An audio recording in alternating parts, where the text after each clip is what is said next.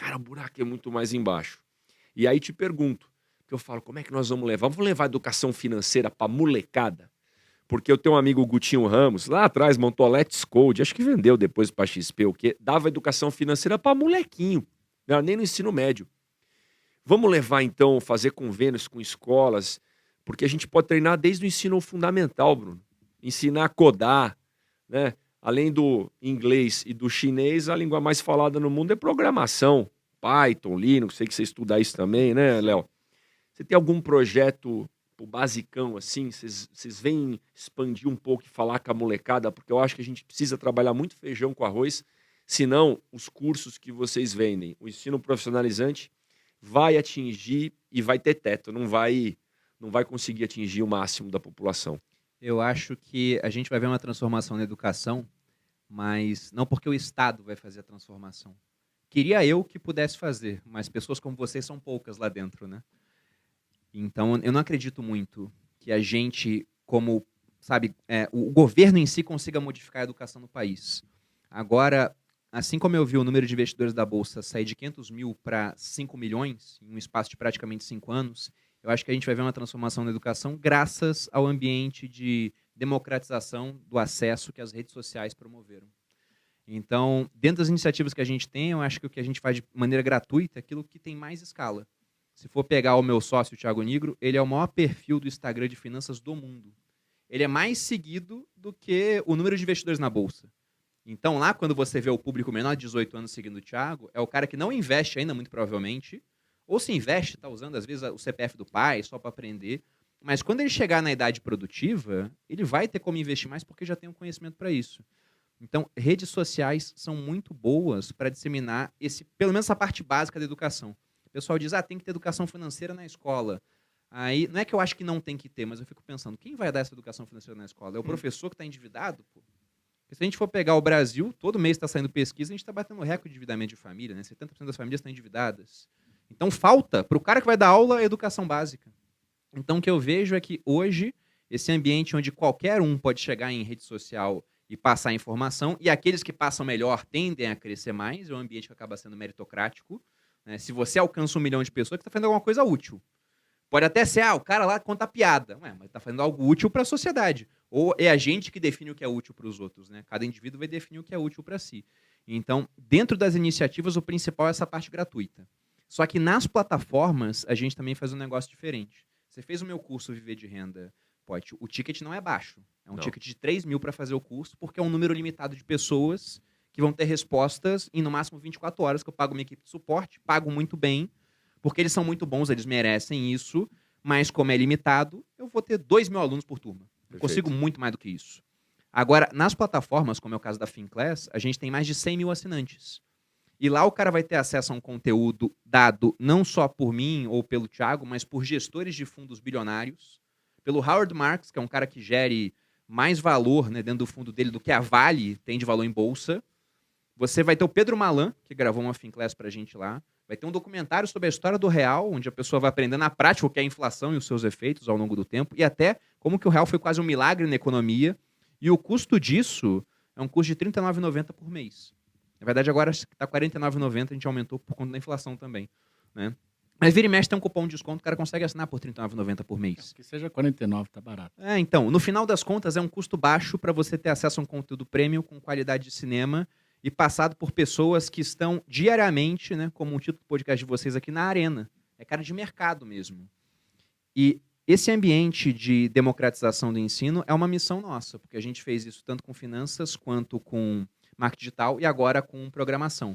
E lógico que a gente quer contribuir, mas não é porque a gente é bonzinho também. Eu estou lembrando só o que o Ludovic von Mises disse lá atrás, né, que para você atingir a riqueza, você tem que atingir o máximo possível de pessoas. Porque o cara que produz coisa cara vai vender para pouca gente. Né? Quem produz coisa barata vende para muita gente. Na verdade, o Mises estava errado, porque o terceiro homem mais rico do mundo é o Bernard Arnault, que é dono da Louis Vuitton e das marcas de luxo. Né? Porque o mundo nunca esteve tão rico quanto agora. Só que tem muita gente que está excluída desse processo porque o cara não sabe nada de educação financeira. O cara ele é um analfabeto digital, ele está quase excluído do mercado de trabalho, onde as pessoas ganham mais que essa parte digital. Então, a gente enxerga que essas iniciativas vão ter um papel dentro desse ecossistema. O Warren Buffett ele já disse que se você faz parte daquele 1% mais privilegiado, é seu dever pensar nos outros 99%. Então a gente faz caridade também, cada um individualmente, mas eu acho que essas plataformas em si, elas são parte desse trabalho para levar a educação por um custo baixo, só que fora isso, tem toda a parte gratuita que tem um monte de gente fazendo. Isso é ótimo, no final das contas. Eu só discordo de uma coisa. Vai lá. Não, o que você falou assim, eu não acho que a iniciativa, a mudança vai vir do Estado, né? E eu concordo. Tomara que eu esteja errado. Não. Vocês provem para mim. Do estado de São Paulo vai ter mudança. Não, eu concordo. Pode ser que não venha. Assim como eu acho que as estradas de São Paulo são boas. E não é o Estado que faz. São todas privadas. Então, se a gente põe um cara com uma cabeça de mercado, por exemplo, e o Poit escutando isso, por exemplo, imagina que seja ele esse cara, ele fala, não, exato, eu não tenho que me meter nisso se os caras estão fazendo isso tão bem. Eu vou empoderar esses caras. O que vocês precisam para, ao invés de atingir... Quantos alunos tem a Finclass? 100 mil, 102 mil. Queremos chegar a 1 milhão em São Paulo. O que vocês precisam? Para que eu vou meter nisso? É um facilitador, Exato. né? A gente fala muito disso. O Sérgio Vitor, né, que é um colega nosso aqui, tem aquele projeto Novo Futuro Tech, que é muito isso. Por exemplo, olha, eu sou o governador do estado de São Paulo. Tem um monte de empresa querendo contratar o cara de programação. Tem um monte de jovem aqui no ensino médio, que adorariam ter esse emprego. E eu tenho gente que ensina. Olha, a empresa, você não quer acessar esses jovens que querem aprender e tem uns caras que ensinam, faz alguma parceria com esses caras que ensinam, porque a empresa pagaria para quem ensina, dá o curso para os caras que estão no ensino médio, você percebe que o governo só costurou, só apresentou um para o outro. Em vez de cobrar mais imposto, de atrapalhar, acessa, bota no mural de todas as escolas lá. Rapaz, você quer arrumar um emprego? Eu visitei o PROA, né, que é uma iniciativa lá do Barbará, do Jorge Paulo, da turma.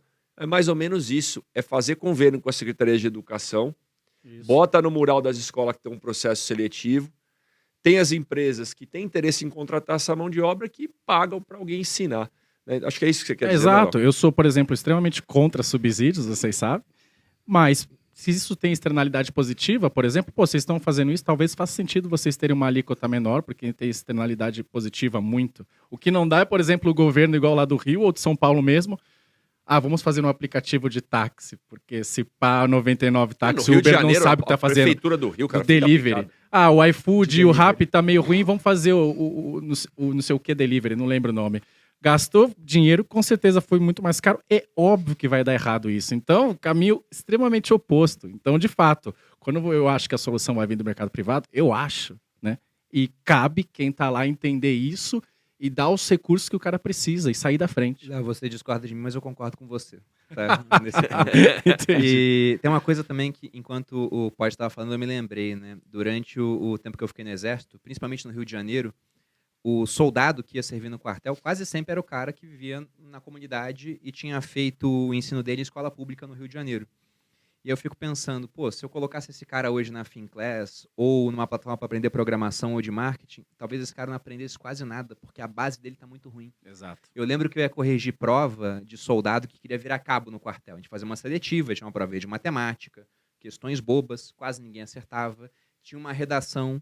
O cara ele escrevia da primeira até a última linha, 20 linhas, sem uma vírgula ou um ponto final, sem coerência, sem coesão. Então, era muito difícil você passar algo a mais para esse cara se ele não tinha a base. E aí acontecia um negócio também que era muito ruim, porque como soldado ele ganhava pouco, ficava 1 ano com a gente, aprendia a atirar numa tropa de elite, que é a Brigada Paraquedista. A hora que ele saía, se fosse arranjar um emprego, era emprego pagando pouco, ele é pouco qualificado, só que tinha lá o tráfico pagando muito. Para o cara começar a limpar a arma, não é para matar ninguém, não. Aí o cara vai começar a limpar a arma, daqui a pouco ele faz não sei o quê, daqui a pouco ele tá lá no tráfico. É isso que acontecia. Terrível, pô. Qual que é o diagnóstico, mais ou menos, da educação? Porque muita gente fala, precisa de mais dinheiro para educação.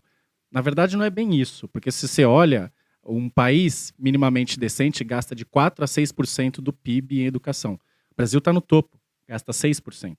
O problema é que a gente aloca de uma maneira ineficiente. A gente gasta muito mais em ensino superior do que ensino básico, comparado com países que tiveram sucesso aí da educação. Então, o que acontece é isso, o cara mais pobre, ele vai para o ensino básico, que é ruim, e o cara rico, ele vai para o ensino superior. quando ele tem que prestar vestibular, quem é que vai entrar? Se o número de vagas é limitado e estável há 20 anos, o cara que melhor se preparou. Quem que é? O cara rico. Então, o cara pobre, ele vai pagar os impostos da faculdade, USP, Unicamp, Unesp, Universidade Federal do Rio de Janeiro, qualquer que seja, e ele vai ter que pagar o ensino dele superior ainda, que em geral é ruim, né? Então, olha só como tá distorcido. Então, o que a gente precisa fazer é investir na primeira infância, educação básica e ensino técnico, que o Heckman, né, o prêmio Nobel aí, fala onde tem os maiores retornos. Porque senão o que acontece é isso. O cara vai chegar lá extremamente mal preparado, não sabe fazer regra de 3, não sabe ler um texto chamado os analfabetos funcionais, né, com interpretação correta, e daí o cara não vai conseguir entrar na faculdade, esse cara já está muito tarde, você não consegue mudar. Então esse é o diagnóstico. Léo, e a cereja do bolo é que esse cara mais pobre, que está ralando, que não conseguiu um preparo bom básico, não consegue entrar nas faculdades, a maioria, salvo exceções, né? Quem entra lá na USP, Unicamp, Unesp é o cara mais rico, que estudou na escola particular e no cursinho. Agora o cara mais rico não paga a faculdade. Além disso, exato. Né? E a gente paga 2 vezes. E a gente defende que esse cara que pode pagar, pague. Justamente até pro outro, não, o cara que não pode comprove e não pague. Agora, de onde vem o dinheiro das faculdades? Vem do repasse do ICMS do Estado. ICMS, quem é que paga o imposto sobre o consumo? É o mais pobre. Então o mais pobre ainda financia a faculdade do outro. Cara, a gente tem que mudar essa dinâmica no Brasil. Aí, para completar, a história que você falou de um colega soldado que aprendeu a atirar, que aprendeu tudo sobre arma, e aí, de repente, a oportunidade que ele encontra lá fora, na comunidade, ou no lugar que ele mora, é trabalhar para o tráfico. É a nossa defesa, que o contraturno da molecada, o contraturno do jovem seja escola, o contraturno seja empreendedorismo, o contraturno seja aprender tech, assim, para as novas profissões, não o contraturno seja o crime. Essa é a nossa maior defesa.